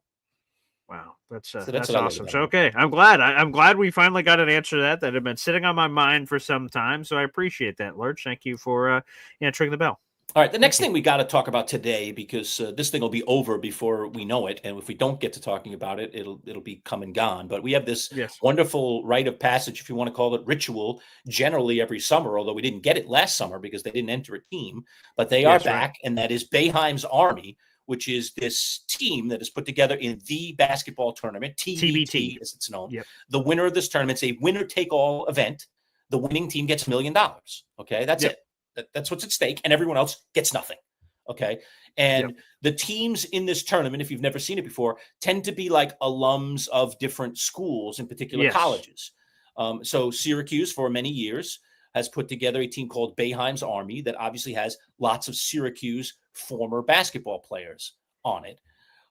And they're back this year. They won the title in 2021, only time they've ever won it. It's a very competitive tournament. And they have a pretty good team this year. And they played over the weekend. And I watched them, and I was pretty impressed with this squad that they've put together. It's coached by Alan Griffin. Jim Boeheim is the coach in, emeritus or something. I'm not sure what he is, but he was I still don't know what that means. What does that mean? There. It was, he's advising Griffin. I'm seeing him autograph things. Yes, an ambassador of sorts, perhaps. Checking him out in the stands, but I guess he doesn't want to be on the bench. But it's teams named after him. His two sons are playing on the team, both Buddy and Jimmy Boeheim, who Buddy has been in and out of the G League. Correct. He's been in the NBA. Shout out to him. He's been on a roster in the NBA in recent years. So, and his brother's been playing, I think, mostly overseas. But it's Jimmy, also he's a very accomplished player as well. So they're on the team, and there are a number of other famous alum, Malachi Richardson, who went into a Final Four with Syracuse a number of years ago. Remember that one, Boy Green? We'll never forget that. Oh, yeah. The three goggles, baby. Yeah. I remember that night, another quick story, that night that We were together for that we were night. at Dave and Buster's. We right? were. Oh my gosh. For Yes. that Final Four game where Malachi had that step back that forever lives in, his Oh most my famous gosh. individual shot. Virginia. And Yes. it got him against Virginia. It was a big upset. Syracuse beat Virginia. And that place was crazy. Like people we didn't even know were jumping on us and stuff. It was nuts. So that was a lot of fun. That was a moment. When college towns like a place like Syracuse get rolling in the tournament and get all the way to the Final Four and even maybe a swing at the championship, the towns, if you've never experienced this, the towns just stand on their head. It's raucous. It's crazy. And people will flock to the bars. Oh, yes. And to be with other people who have the same thought process as them, which is, I want to win. We want to win this thing. And it gets crazy. And like every shot becomes monumental. And it's so much fun to be in that environment where it feels like there's so much at stake for the fans. So we did that back in the day when Malachi played. Rakeem Christmas is back on the team as well. He looked like he was in really good shape. And I think the most impressive guy, you could give your take on this too, Boy Green. I thought the most impressive guy in watching this team play their first game over the weekend was Elijah Hughes, who also has been a guy who's been in the NBA recently. Yes. He just looks like a guy that could still play in the NBA. I mean, he's got a great 3-point shot. He handles the ball well. He's a very mature player, seems to know where to be. So I was impressed with this year's version of Boeheim's Army. Well, because finally they just got, they were infused with some players that, they didn't do it last year. They weren't sure about the roster construction. That you do have some of these guys like Malachi Richardson. That you have Elijah Hughes, recent Syracuse products, Chris McCullough. I guess you can the throw guy in that was that group drafted as well. in the NBA, Chris McCullough. Sure, right. Another guy like that, Rakeem Christmas, obviously, and then you have some other NBAers, Noah Starkey, who's on this group too. But that they had an infusion of bringing this whole thing back together, and I think that was the key. Buddy, excuse me, and Jimmy for that matter, but Buddy, because that when the timing of this, look at what time it is around the year right now. If you're on the what's the best way to put this? Sort of on the outside looking in, your G League / playing a little bit of overseas. When you're on the fringes, this time of year, you may be overseas right now, playing in a variety of things to make your ends meet. So this, I don't want to call it frivolous, but you have this 2 or 3 week run here in TBT where you have to commit and go back. And sure, there's a prize pack of money at the end if you win it. It's difficult sometimes on the recruiting. So it's refreshing to see all these guys. I would champion what you said. If you didn't pick Elijah Hughes, I would have Elijah Hughes. I hope he really gets a real legitimate run in the NBA. He got drafted, I think it was a second-round draft choice a couple years ago. So he's had some opportunities. But, I'm excited for the young man. Yeah, and look at this roster. I mean, he's the star of this team. If they're going to go deep, he's going to be the star of this team. The other guys there's some good contributors on this team, but he's going to be the star. He's going to have to be the lead singer, the lead scorer, I think. I know they got some guys that we saw on that roster, Mason, some of these other guys that are not Syracuse guys, that have elected to play on this particular team because they think they've got a good chance to win that $1 million. So, and by the way, just for folks who sort of want to get in, maybe you don't head to Lerch's point, right? Having a college town and being invested, it's cool. So if you're not invested, it's almost like, the UFL, when it goes on, we have to just randomly pick a team for no reason whatsoever. Have some stock investment. If you're a neutral fan right now and you're looking for a team, join Boeheim's Army with us and continue the journey. They play tonight, 8:00. If you're local, of course, you could go to the game here in town. But if you're not, FS2, it's at Onondaga going to be on College, the SRC. Go ahead. Yes, thank you very much. And it's going to be, again, nationally televised. So 8:00 tonight, Monday night, July 21st. This is this live show, and they're playing against We Are D3. And by the way, We Are D3. Well, it's sort of in the name, but it's a team composed of standout NCAA Division III alumni that are all together from a variety of teams that are represented here. So you know what? Jump on the train and let's go. I think this is a fun detour, Lerch. Obviously, we have training camps that are coming in full flower. My Jets come tomorrow in full flower. They fully report, and then we're off to the races in football. But this is a fun thing in the middle of the summer as we're just getting right over the edge before content reigns supreme everywhere. This is always a fun, little adventure.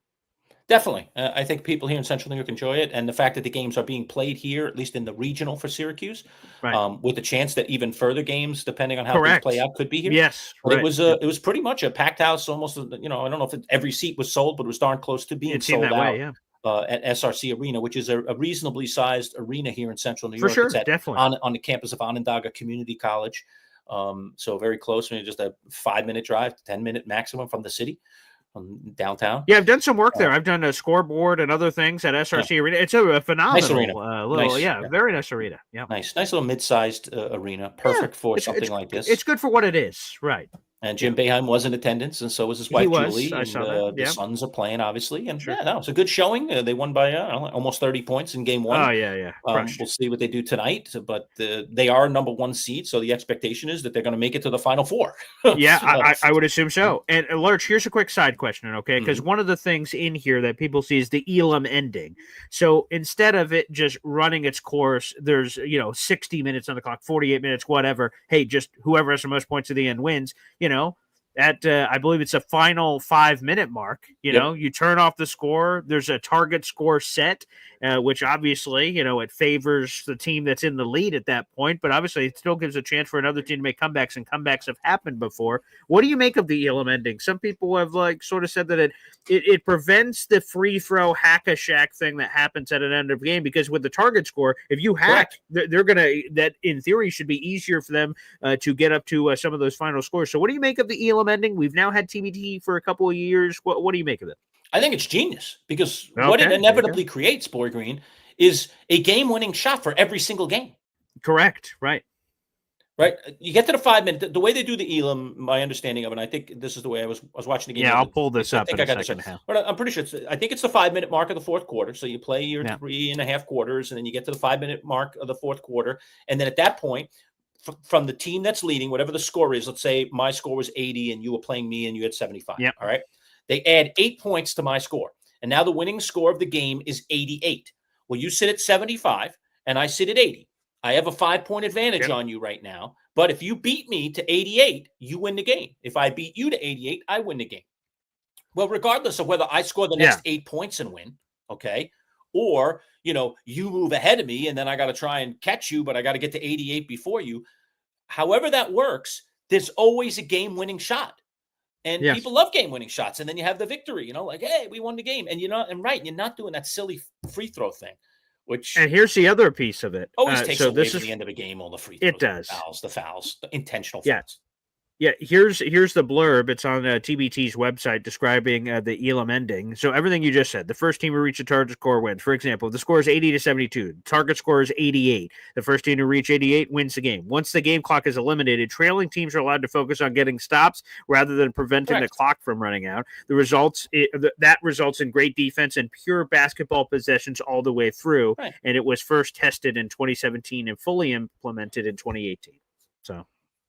I don't know. I mean, is there a day? Do we ever get that in the NBA, Lerch? Or probably I was not. thinking, is there ever a day where the NBA takes a look at this and says, this is a better idea than the way we've done it all these years? It's hard to break away from history, but in all honesty, it is more fun to watch the end of a game that has the Elam ending than it is typically to watch the end of a game that doesn't. That's fair. Because all the stop and play and the fouling and it's like you use the rules to strategize how you can get back in the game versus just D'ing up and making shots to win the game, which is what we all want. We want competition, right? So to me, it makes just a ton of sense. So I love it.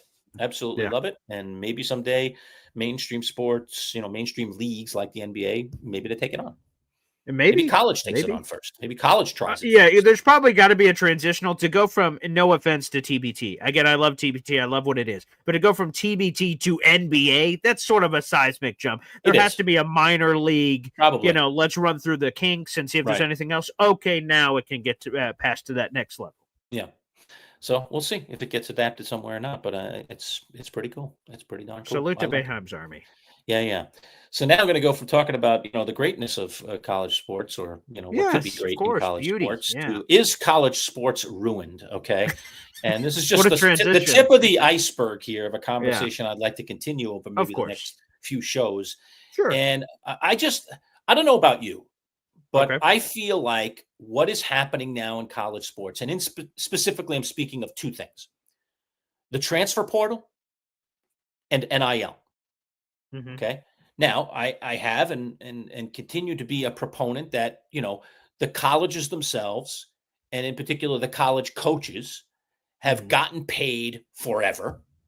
And there's this thought in my mind, this prevailing wind that says, I want, it's not fair. The players are the ones that create all this revenue and they get nothing. That's true. Yeah, I am generally in favor, before I say a word about what I'm about to criticize, I am generally in favor of college players getting their piece of the pie in some way, shape, or form. For their contributions. I understand. Their contributions. They're the one that are the product. Obviously. Coaches are not the product. The coaches are wonderful, but they're not the product. And they make millions and millions of dollars and leave wherever they want for the next million or the next 10 million or whatever. Right. There's no penal, no like loyalty, if I'm at Alabama disaster. and I'm like, I want to go to Clemson. You just leave. There's no punishment. There's Coaches have been getting away with murder for years in terms 100%. of their lack of loyalty and their ability to generate incredible revenue.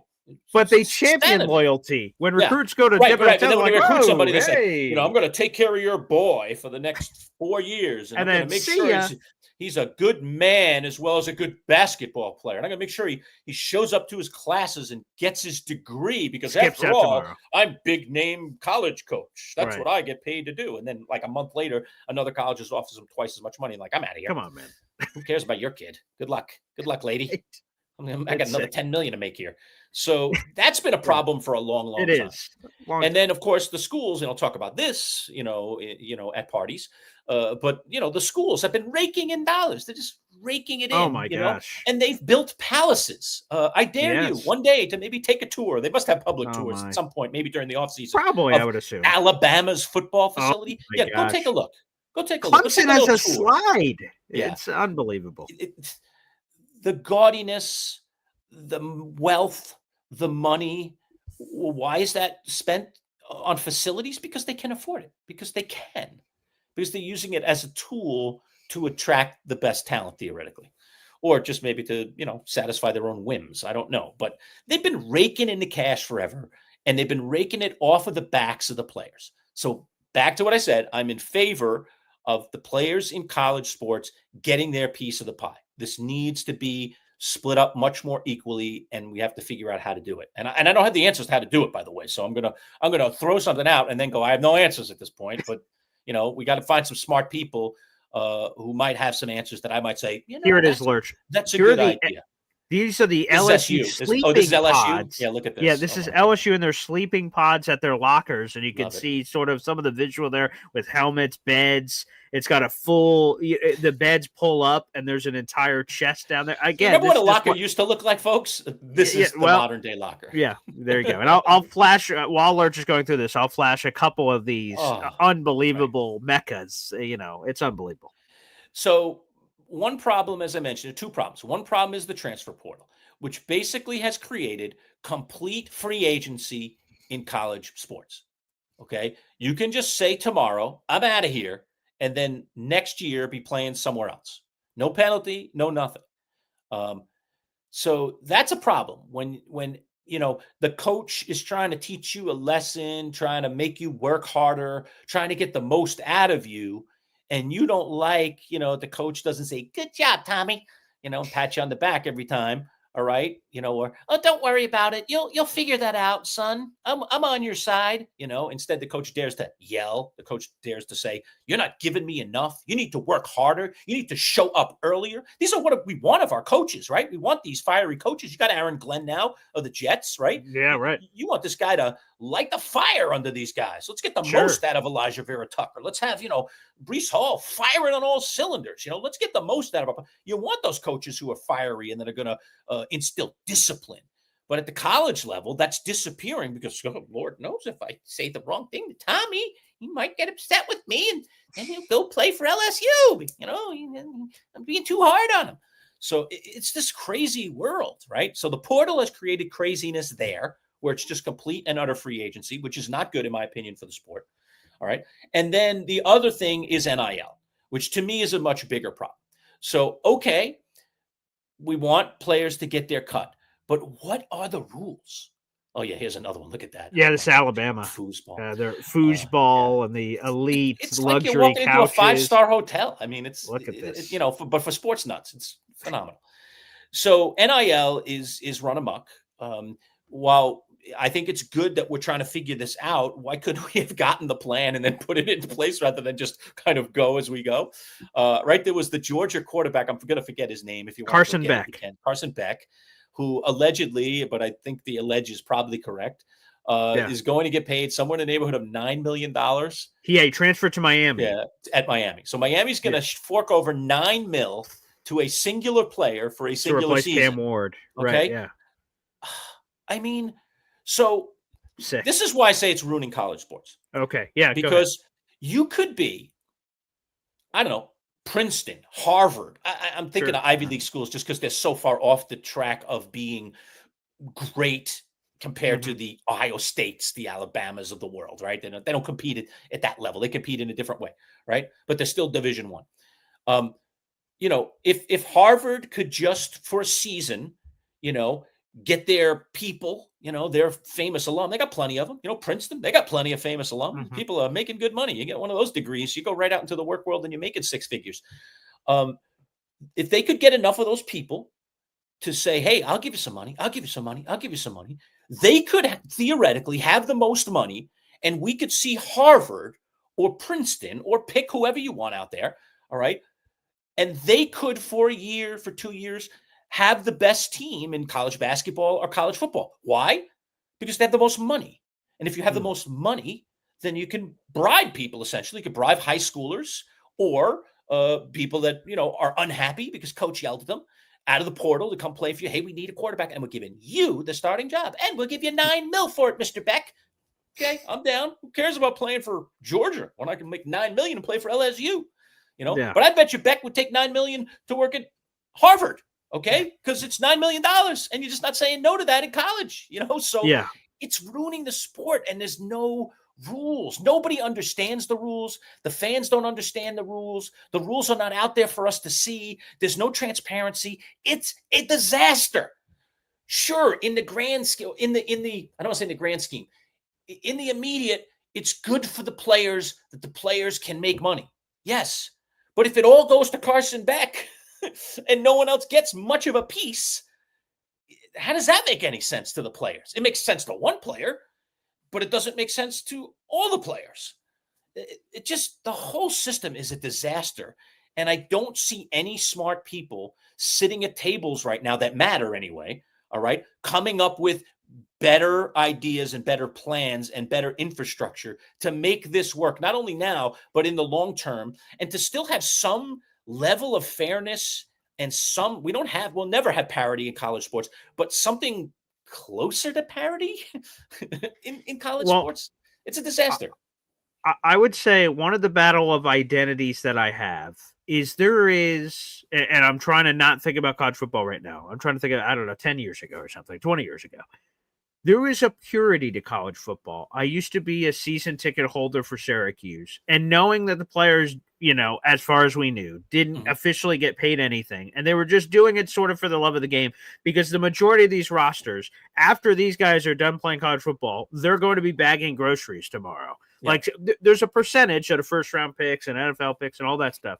And it takes me also to one of my other jobs in the middle of all this, and this all started from being with Manchild over here, was being a PA guy for a semi-professional football team where they didn't get paid. They were adults that didn't quite make it to the NFL level, may have had some spurts in varying college action, but that they're just sort of hanging in this upside down middle ground, but they do it for the love of the game. And that just, that drove me. I was like, wow, that's so cool. These guys are so passionate about it. And now knowing that they're getting Carson Beck, $9 million, or this guy, or this guy, or this guy, there's like an impurity to it in a way. Right. But maybe it's just me and adapting with the times that, hey man, that like the fact of the matter is, you know what? They don't do this for free. That maybe they've never done it for free, and I have to get with the times and get over my made-up ideologies in my head of purity of the game and say, hey, man, these guys, to your point that you started off all of this with, saying that these guys deserve the money that they get. They deserve something for everything that they bring to these teams. They are the brands. Yeah. So I guess maybe that's an identity I have to get over with, because I know I'm not the only one that feels that way about the purity of the game. Hey, I got the college football video game, for Pete's sake. That's sitting over there in the other room. So, yeah, maybe I just have to get over that. I guess that's it. this is a tough comparison, and it's probably not an equal comparison. So I'm going to tiptoe on this one a little bit. But Sure. there once was a day when boxing was one of the major sports in our country. Yeah. Okay. People love boxing.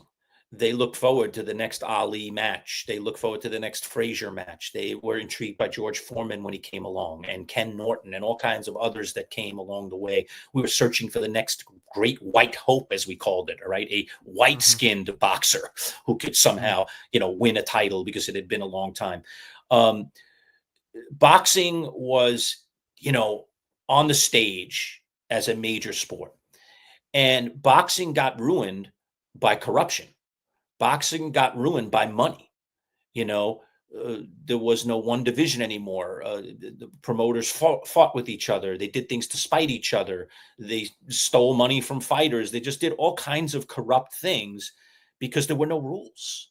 There was nobody. There was no one buddy governing this thing and keeping everything in line. And that's what it feels like to me with NIL. Like, what are the rules? What's happening? We just found out like a couple of months ago, like now schools can have a pot of money, right? Yes, right. They could have like a salary cap almost, 25 million. Schools have 25 million that they can throw at people now, Yeah. But okay, but then who do they throw that to? Who gets to decide who they're throwing How do they to? split it? Oh, Right. every Who's worth school what? gets to decide how they're going to do it and which sports get NIL money from their pot and which don't, and how much the quarterback gets versus the offensive lineman versus the DB. What's happening? It's the inmates running the asylum that just need to be better. There needs to be better structure, infrastructure.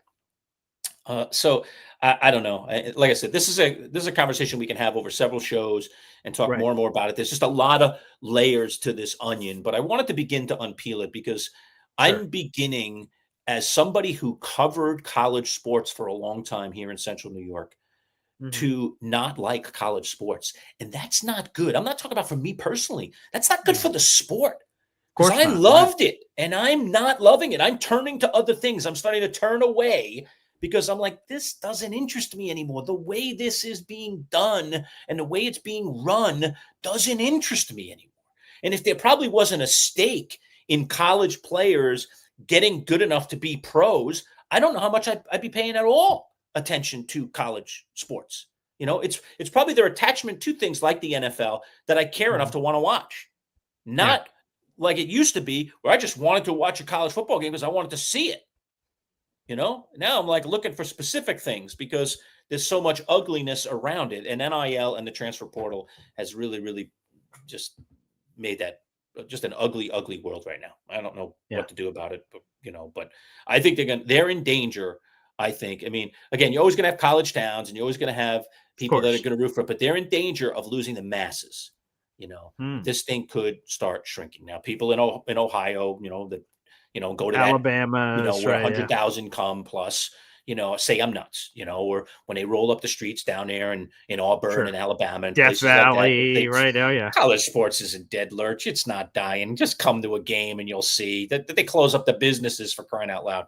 They do. But the sport is being ruined. And even if it's a slow burn, okay, and it starts more northern, in other places, it's still not good for the sport. If you become a niche where it's only big here, it's only big there, and you don't have that national broad appeal, guess what? The pool of money shrinks. Everything shrinks. The TV is not as much interested. Oh, we can't get New York. Nobody in New York cares anymore. Oh, nobody in California cares anymore. I mean, these are the LA and New York are the two biggest cities in the country. Yeah. You could have a problem on your hands. They got to straighten this out. I don't know who's straightening it out. I wish we had somebody that was working on it. I don't know who's well, working they on are, right? I don't know if it's official yet, but they're trying to seek the next commissioner, quote unquote, of college football to help run this thing. But again, it is in need of somebody to oversee it and then hold people responsible and to have standards and rules and things, because it's a wild, wild west out there right now. But hopefully they find the right guy for that job, whoever that person is. Yeah, Badshaw had a comment here. I'll pop it up here real quick. This is interesting. And again, think of places beyond, right? In Arkansas, college football is all we have. And I'll tell you, it's hurting. So that's, wow, I didn't know that. Actually, I have a friend who actually is a broadcaster down in Arkansas. We should get him on the show. He'd be wonderful. Love it. Yeah, that's a good idea. I think I'm going to reach out to my buddy, Josh Bertuccini. Okay. Josh is a broadcaster down there and has been in Arkansas for God, got to be closing in on 20 probably. Oh, wow. Yeah, Okay. at least 15. Got to be. I think it's got to be 20. I think I'm going to be surprised. He's going to say it's 23 years. I'm going to be like, oh my gosh. All right. But Josh, He'd be a good person to check in with, it sounds like. yeah, because he's plugged into that world, okay, and has been for a long time. So is it feeling a little bit like Syracuse is an interesting place right now? We're here in Syracuse in Central New York because Fran Brown is kind of bringing the football program back a bit. And we just recently, you heard us talk about it, a 5-star recruit coming here from a Florida area. Sure. He's chasing some other big name guys. So yeah, there's a little bit of a flame being ignited here in Central New York, but it's just simply brought on by this one coach. But I see other areas where it's not. I see a Syracuse basketball program that I'm questioning more and more every year. Is this beyond Jim Boeheim going to be a relevant place for big time basketball? Is this going to be a team that can contend for Final Fours, and league championships like it used to? I don't know if it is. So while the football team at the moment is thriving with Fran Brown creating a new spark here in only a year and a half that he's been here or whatever, right. Going into his second season. Correct. I also wonder, I don't want to be the first one to say this or to throw shade at Fran Brown, because I think he's done a wonderful job, but I'm going to be very surprised. I hope he surprises me when someone comes a knocking, because there's going to be, I'll just use that he rejects those overtures. Correct. Saying. Because, Syracuse can only pay. Syracuse is the market. The team is the team. The history is the history. We are not Alabama. We are not Ohio State. We are not Michigan. Okay. We are not, one of these cathedrals. Okay. So you think he's going to run for the hills when that opportunity presents itself? We'll see. My question is, will he? I don't know if he will or he won't. But you're not sure if he will stay either. Right, you're like, again, money's money, Boy Green. Did we not just talk about it this whole last half hour? Wow. Money's money. I think Beck would have gone and played for Harvard if Harvard offered him $9 million. He'd be out of here. All right, play for Harvard. It's fine with me. Still go to the pros. Harvard sounds great to me. Hey, Ryan Fitzpatrick went to the NFL and had a long career, so I guess it's possible. Yeah. So we'll see. Okay. If Fran Brown keeps doing this at Syracuse, Boy Green, they will come. And I believe that it would be highly publicized if like Alabama, I'm making it up, but whoever, Alabama, knock, Fran Brown's like, thanks, but no thanks. I'm orange. First off, why wouldn't you pump that through your chest if you're Fran Brown? That would be a huge rallying point for people here locally if he told whatever school it was to go kick rocks, pound sand, buddy. I'm staying here. That'll be the ultimate test, I suppose. Yeah, come on, man. Money's money, Fran Brown has gotten a taste of it now. This is a guy from very humble beginnings. He tells the story over and over again. Came to New Jersey. This is part of what makes him unique, and it makes him relatable, it seems, to recruits and to people that are considering Syracuse football. But, when someone offers you a big time program and big time money, most guys don't say no. So, how many years is that going to take before some of those offers start landing in the lap of Fran Brown? And is he going to, no, I'm good. To everybody. I mean, really? Is he? If he does, God bless him. I'll be his biggest fan. I'll be like, wow, this is unprecedented stuff here. I mean, what he's done already here at Syracuse is unprecedented, but this would be unprecedented stuff, saying no to college football cathedrals, college football, meccas. We'll see. Is he going to say no? The guy's not even coached his second season in Syracuse. I guess that's true. We're already talking about his exit strategy. Yeah, that's All right.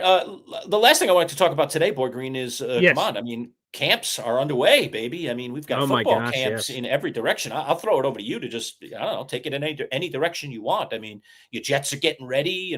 Vets are coming in. I saw the Cowboys arriving out in California, doing their camp out there. Give me some thoughts about the NFL getting rocking and rolling here. We're about to see competition battles, position battles. It's all on now, man. Well, the thing you don't want, so training camps are about to be in full flower. Back Together weekend's coming up this weekend. For those who don't know, that's when NFL Network, NFL Plus, their entire they send all the reporters out to all the training camps, so we're getting live updates and everything. This weekend is when it really takes off. But over the coming days, the teams start fully reporting. Lerch, you just want to avoid the news cycle. And the Detroit Lions, for instance, they lost Levi Onwuzurike, their starting defensive lineman. He's out for the season, already out and gone. So, so that was the injury bug they had last year on defense. So it sounds like it's continuing. You just want to be out of the news. What training camp is all about, of course, there's chemistry, camaraderie, team bonding. The Bills, for instance, still go to St. John Fisher, but a lot of teams do not do that dorm room thing.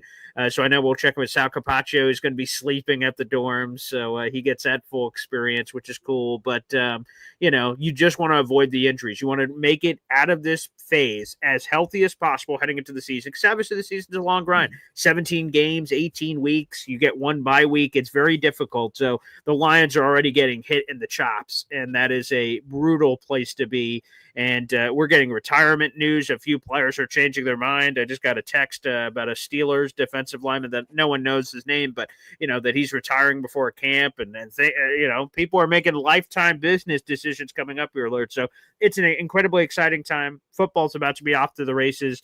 Hell, in I think it's 10 days, maybe 9 days, we have the Hall of Fame game. So it's the first preseason game is this month. It's still in the month of July at the end of the month. So, it's exciting, Lerch. I love it. Football's great. It's my number one sport, both in knowledge and passion and love and everything of that nature. So I'm just wishing for great health across the board. We want as many teams as fully as healthy as possible. That gives us better football. That gives us better storylines. But as Bud says all the time, and I'm sure he'll mention it even more now that football's coming in full flower, it is a game that eats its young, and it is brutally violent and physical, and that's part of its, while the scary, sad part we talk about with concussions and CTE, it's also the harsh reality of the sport, and it is a necessary evil. So it's going to happen. We don't want it to happen, but it's going to happen. We don't root for it. So I'm ready for football. It's going to be incredibly exciting. I love the storylines. I love the teams that surprise. And it should be a lot of fun, Lerch. All right, I got a few camp questions for you, but let me first just take a moment to recognize our sponsors, Box Drop Syracuse, the mattress and sofa outlet, where you can save 30 to 70% on your mattresses and a nice saving on sofas as well. Let me just take 30 seconds, tell you a little bit more about our friends with Box Drop. Considering that we sleep nearly 1/3 of our lives, buying the right mattress is essential. At Box Drop Syracuse Mattress Outlet, you'll get a unique experience. One that saves you 30 to 70% off retail prices on top-of-the-line mattresses, and one that finds the exact mattress for you, both in comfort and in price. At Box Drop, you'll schedule a mattress fitting appointment and get one-on-one service directly with Paul, the owner. No middleman. Family-owned, huge savings, no-pressure sales designed to save you time and money. Dropbox Syracuse Mattress Outlet. Set up your appointment today at boxdropsyracuse.com. All right, and you saw him there in the picture with me and Paul. That is Paul, the owner. Paul and Jim in that picture. And Paul, literally the owner, runs this whole shop. He and his lovely bride unload the mattresses themselves. He does everything to keep costs down. Low overhead to try to pass on the savings to you. So it's a really cool place. So if you are looking for a mattress and you're in the greater central New York area, it's all by appointment. You can talk to Paul via text. You can call him and speak to him directly on the phone. He's great. And then he'll show up at the store whenever you can make it, and he'll fit you for it. It's really, really cool process. And now they, like I said, they have the sectional sofas. We'll have a new commercial coming up probably in another week or so, showing you the sofas and some of the other items at the store. So we just shot that late last week. So the production crew is working on that spot as we speak, and we'll have a really cool video commercial there for you for Box Drop. So and real quick, Lerch, yeah, before we get into your training camp questions, I hope you have a lot of them. I'd love to go through all of them. I want to give a Box Drop mattress sleeper player to highlight. I want to pluck one out. I want to give some special love. Sleeper yeah, player. There you go. A Box Drop Syracuse sleeper player that people are absolutely catching Z's on, but he deserves love. This may be the most slept on number one overall pick quarterback we've had in history. It's Cam Ward.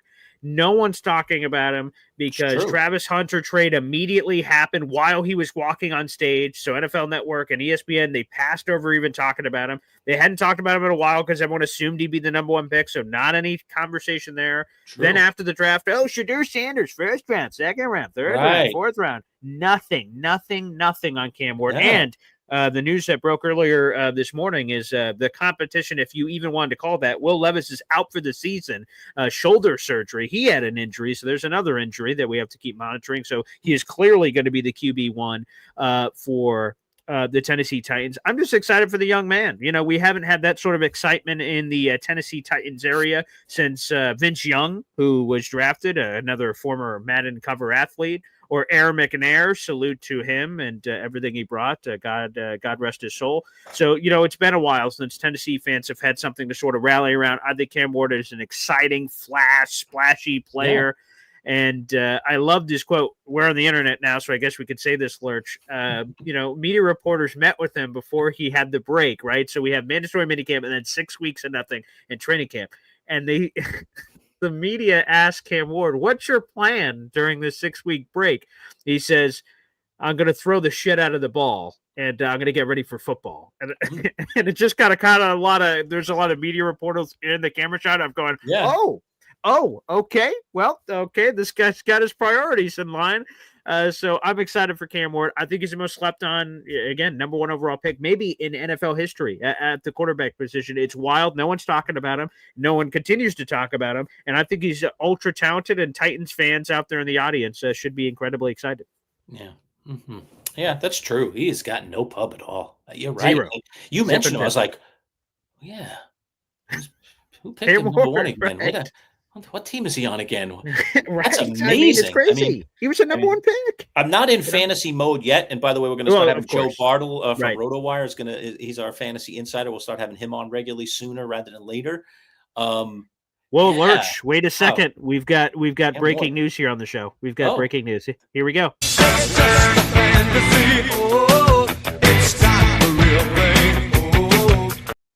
Here it is. Joe Bartle has been officially booked right now in this moment.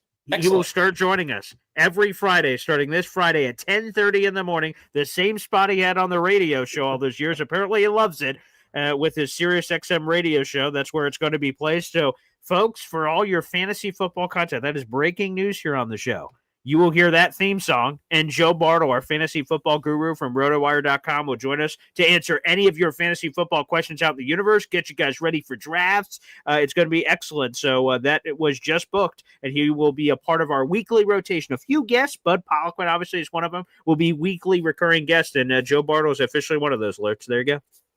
Yeah. Okay. But anywho, you were talking about, you said you're not in fantasy mode yet. I interrupted you. You said you're not in fantasy mode yet, but we're going to get there. Yeah. I got to start, boning up. Prep it up. Okay. The competition, as you know, is fierce. Of course. The competition is fierce. So I have to be more prepared in recent years than I have been in prior years. The clock's on. We got a month and change until the couple of weeks before the draft, and I would start prepping. Now I got to start reading stuff and listening to stuff and kind of thinking about my own personal plan. I think one of the things for me in fantasy football is just sure, there are numbers and stats and ratings and everything to look at. But for me, I don't know. Everybody has their mantras in terms of what they're trying to accomplish with their fantasy football team. I am what I am. I'm not going to change who I am. I like players that I like. I don't like players that get in trouble, so I stay away from guys. Dare I say, like I totally understand what after you mean. He left the Giants, no desire, no matter what kind of numbers and ethics, morals. I champion those. As you know, I'm not.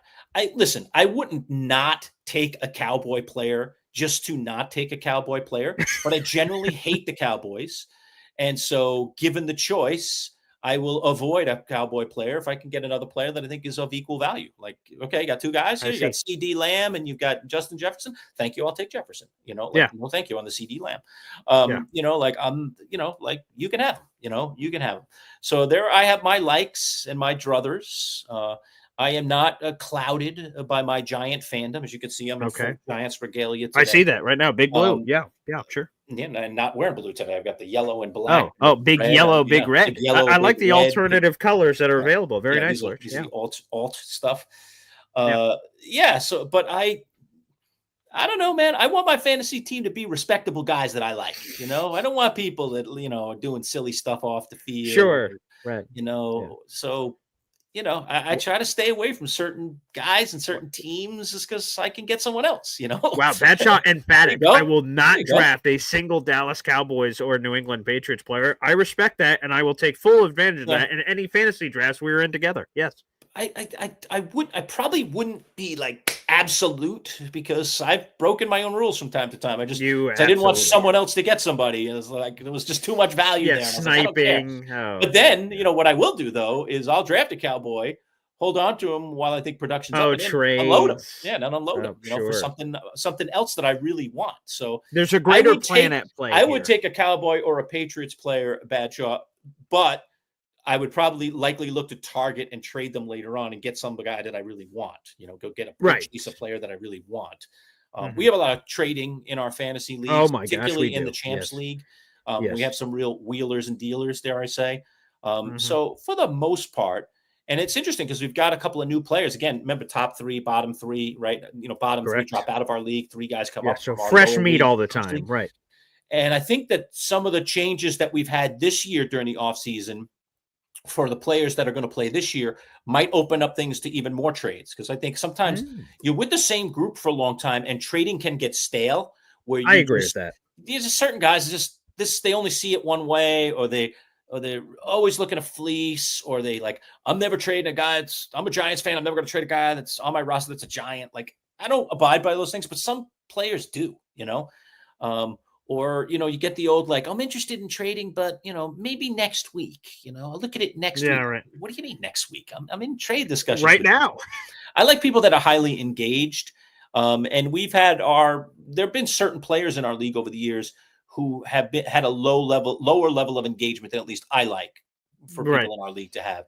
And I think the crop that's come in and some of those that are out, at least in this particular wave, this particular season, might be more indicative of us having a few more trades or being some new fish to flush trade with, maybe build a relationship with. So spice up the waters, maybe, of a new person coming in and doing something. You're like, ooh, I need to get. It's almost like, again, when trades start happening, you're like, I thought my roster was perfect, but I need to get into the trade. Let me start calling people. Let me try to see if I can crack a trade. So it gets pretty spicy.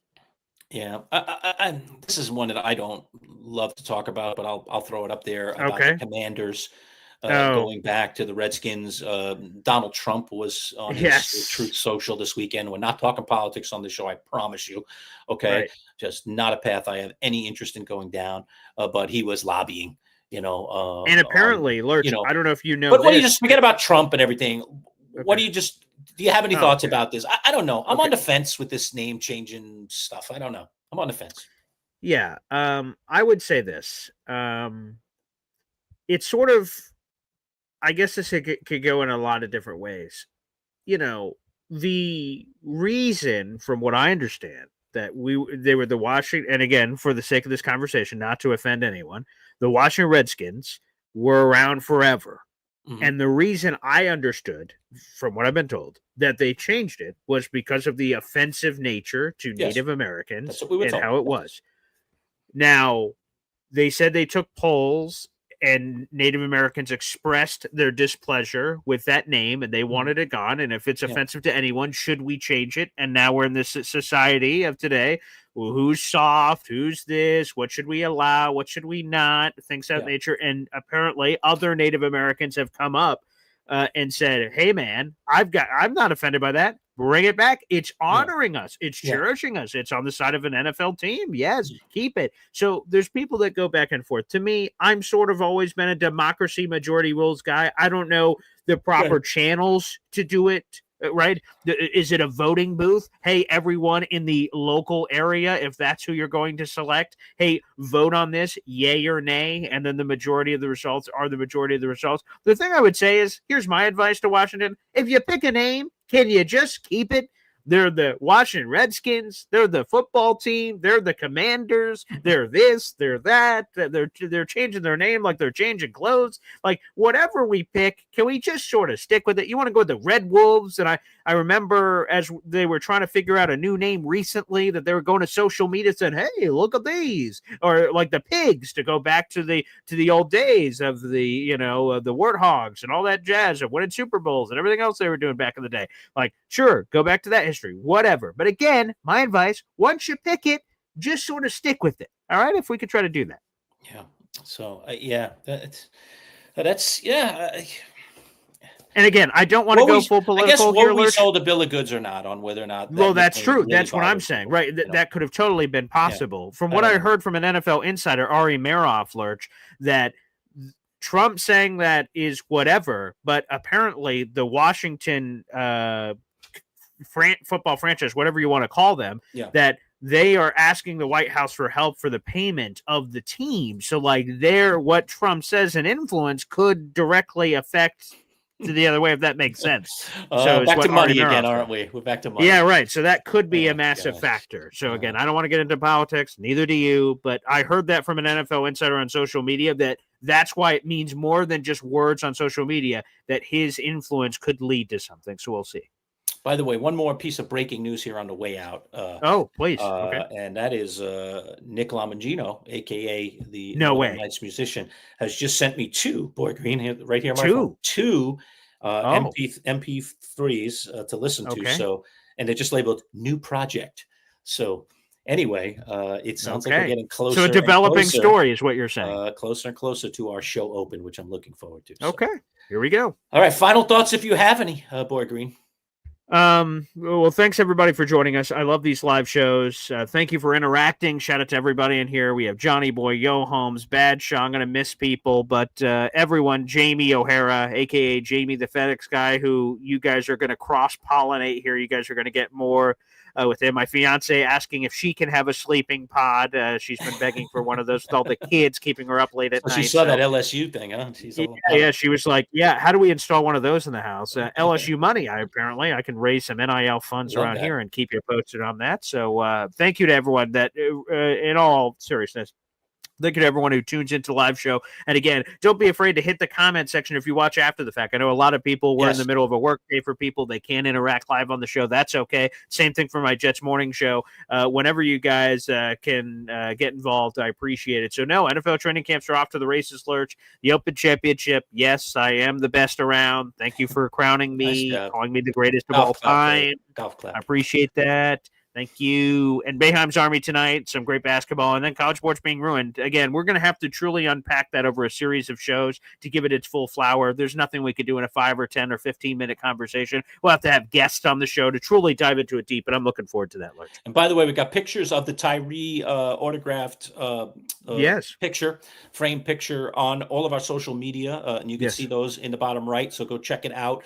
With the parameters of once we get to 300 subscribers, we're going to give it away to one of those 300 people.